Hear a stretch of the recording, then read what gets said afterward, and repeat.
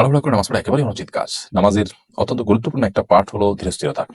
ধীরস্থিরতা এটাকে তাড়াহুড়ার সাথে নামাজ না পড়ে ধীরস্থিরতার সাথে, ইতমিনানের সাথে, প্রশান্ত চিত্তে আস্তে আস্তে নামাজের সমস্ত রকমগুলোকে সঠিকভাবে পালন করা, এটাকে আরবের ওলামা কেরাম, হাম্বলী মাযহাবের ওলামা কেরাম ফরজ বলেছেন, হানাফি মাযহাবের ওলামা কেরাম ওয়াজিব বলেছেন। সেজন্য তাড়াহুড়া করে নামাজ পড়া উচিত নয়।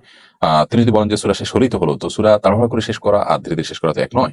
প্রথমত কখনো কখনো অতিরিক্ত তাড়াহুড়ার কারণে নামাজ হবেই না। দ্বিতীয়ত হলো যে কখনো কখনো তাড়াহুড়া যদি আপনার খুব বেশি না হয়, তাহলে সেক্ষেত্রে আপনার নামাজের কোয়ালিটি নষ্ট হবে। আপনি কারোর প্রশংসা করছেন, প্রশংসা করতে গিয়ে যদি আপনি অনেক বেশি হুলস্থুল করেন, অনেক বেশি তাড়াহুড়া করেন, নিশ্চয়ই তিনি সেটাকে ভালোভাবে নেবেন না। তো আল্লাহর ক্ষেত্রে কিভাবে আপনি আশা করেন? নবী করিম সাল্লাল্লাহু আলাইহি ওয়াসাল্লাম বলেছেন, সবচেয়ে নিকৃষ্ট চোর হলো যে নামাজ চুরি করে। আর নামাজের মধ্যে চুরির ব্যাখ্যা দিতে গিয়ে তিনি বলেছেন যে ব্যক্তি নামাজ তাড়াহুড়ো করে। অতএব তাড়াহুড়া যদি সীমা ছাড়িয়ে যায়, যে যতটুকু দেরি করা দরকার ততটুকু না করেন, তাহলে তো নামাজই হবে না। আর যদি এত বেশি তাড়াহুড়া না হয়, তাহলে সেক্ষেত্রে এই কমপক্ষে কোয়ালিটি নষ্ট হবে। যত ধীরস্থিরতা, যত শান্ত চিত্তে আপনি নামাজ পড়বেন, যত সময় নামাজ পড়বেন, নামাজ তত কোয়ালিটিফুল হবে এবং তত বেশি আল্লাহ তাআলার কাছে গ্রহণযোগ্য হবে ইনশাআল্লাহু তাআলা।